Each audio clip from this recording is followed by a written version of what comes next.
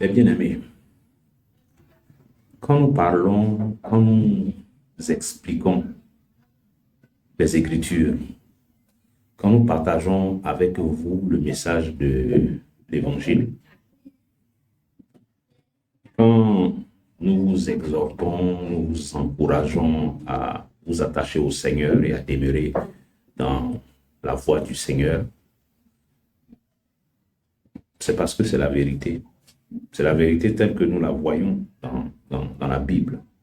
C'est pour ça que nous partageons ce message-là avec vous. Et puis, l'une des composantes de ce message, c'est de demander à chacun de vous de rester fermement attaché au Seigneur, de rester fermement attaché au Seigneur et de rester sérieux dans sa marche avec Christ. De ne pas blaguer, de ne pas être léger dans la façon dont vous pratiquez votre foi chrétienne. Il faut rester attaché à la parole, ça veut dire qu'il faut la connaître. Donc, il faut l'étudier pour la connaître, il faut la lire pour la connaître, il faut méditer cette parole-là pour que Dieu puisse nous parler, que Dieu puisse se révéler à nous, que Dieu puisse nous éclairer et nous orienter dans la façon de mener notre vie chrétienne. Il faut rester attaché à la parole. C'est important. Et je vais insister là-dessus aujourd'hui encore. Il faut rester attaché à la parole. Chaque fois que je regarde une vidéo, la vidéo d'un faux prophète dans ses œuvres, ceux qui me font le plus mal, ce n'est même pas le faux prophète là, c'est ceux qui les écoutent, ceux qui les suivent, ceux qui les applaudissent. Mais lisez les Écritures. C'est pour ça que je suis en train de vous faire ce message, bien-aimés. Lisez les Écritures. Étudiez la Bible. Lisez la Bible. Ne vous laissez pas tromper par qui que ce soit. Ne vous laissez pas tromper par la célébrité de quelqu'un. Ne vous laissez pas impressionner par la renommée de quelqu'un. Ne vous laissez pas tromper par ces choses-là. Élymas, le magicien dans Actes des Apôtres, il était célèbre dans la région. On le connaissait. On le connaissait pour ses tours de magie. Il était devenu quelqu'un d'important, de connu. La renommée n'est pas une preuve d'approbation divine. Ça n'était pas le cas avant et ça l'est encore moins aujourd'hui. Aujourd'hui où n'importe quoi peut facilement se propager. N'importe quoi. Avec les systèmes de communication que nous avons et que eux n'avaient pas à l'époque. Donc, c'est aujourd'hui même que la renommée doit être éliminée même de tous les critères qu'on voudrait appliquer à une personne pour qui on veut savoir si oui ou non elle est appréciée par Dieu.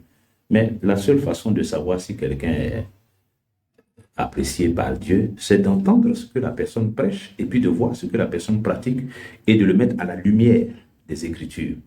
C'est pour ça que c'est dangereux quand les gens commencent par vouloir reculer les bornes, reculer les limites que les Écritures nous donnent.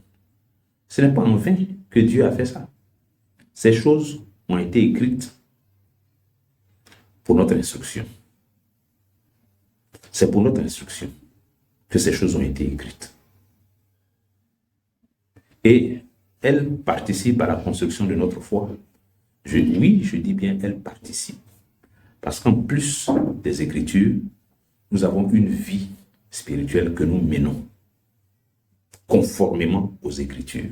Ce sont les deux là ensemble, la connaissance théorique et puis la pratique, qui rendent parfaite notre foi. Donc, il faut connaître les Écritures. Si vous continuez, pour ceux qui sont dans ces postures-là, si vous continuez à négliger les appels fréquents, à vous tourner vers les Écritures, à chercher à connaître les Écritures, à lire les Écritures, si vous négligez ces appels-là, vous vous constituez cible et victime potentielle de ces faux enseignements qui arrivent là, de ces faussetés qui sont en train de gagner en puissance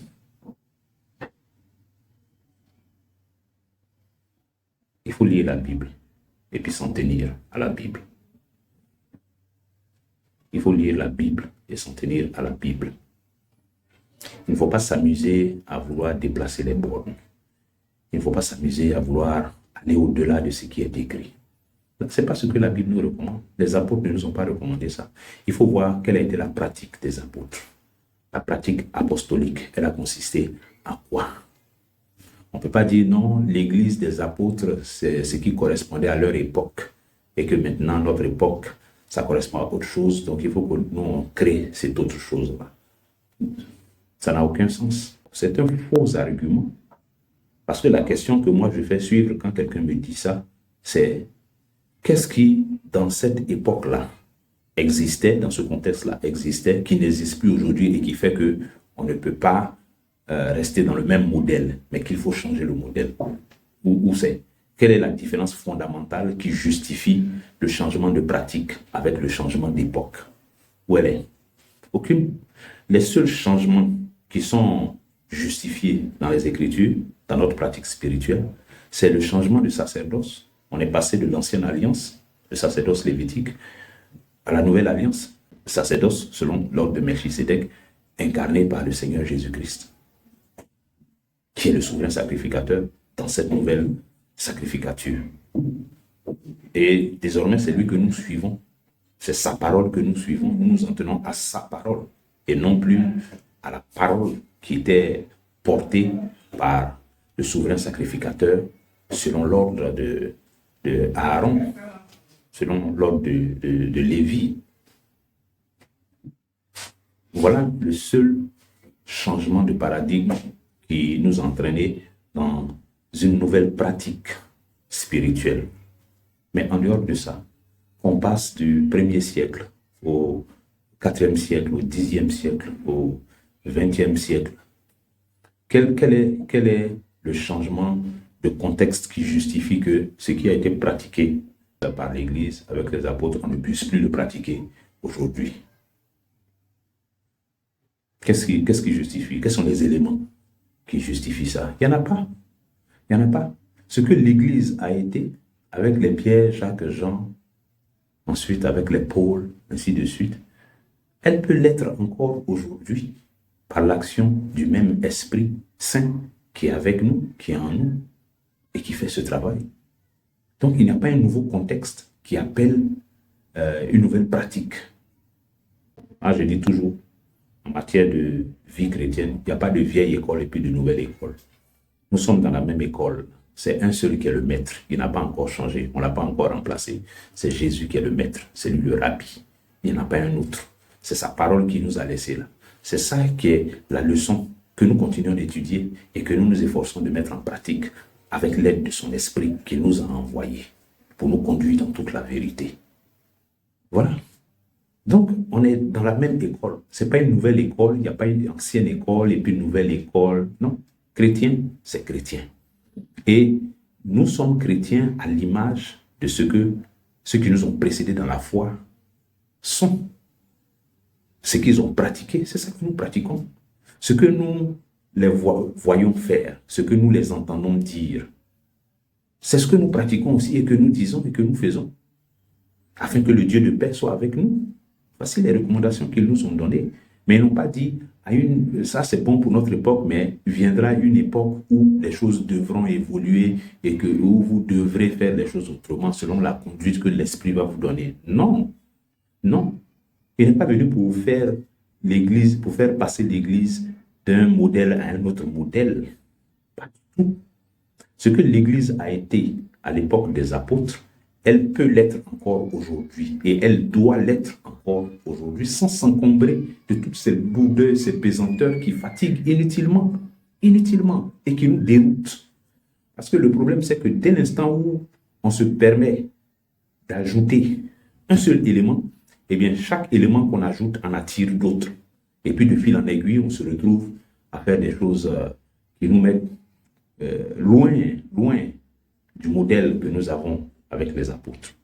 Donc, il faut lire les Écritures.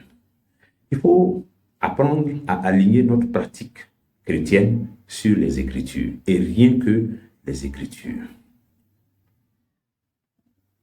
Il faut apprendre à se focaliser, s'accrocher à ce qui est important dans les Écritures pour nous.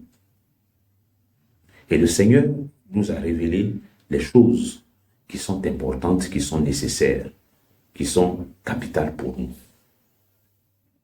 Il faut que nous apprenions à vivre les Écritures, à vivre l'Évangile. Il faut que nous apprenions à être vraiment des chrétiens qui vivent l'Évangile, qui vivent la parole de Dieu, qui vivent la foi telle que les apôtres nous l'ont laissé en héritage. Les gens qui ont marché avec le Maître, ce qu'ils ont pratiqué là, pratiquons ça aussi. Pratiquons, parce que si on s'éloigne de ce modèle, on est perdu. On va entrer dans toutes sortes de déviations, comme on le voit aujourd'hui. Tous ceux qui sont en train de s'égarer là, dans des pratiques bizarres, c'est des gens qui ont décidé à un moment donné de lever les yeux du modèle des apôtres et puis de se lancer dans toutes sortes de rêveries. C'est ça qui donne les résultats qu'on a aujourd'hui. Et pourtant, c'est tellement simple de faire ce qu'on a comme modèle dans les églises. Tellement simple. Que Dieu nous aide.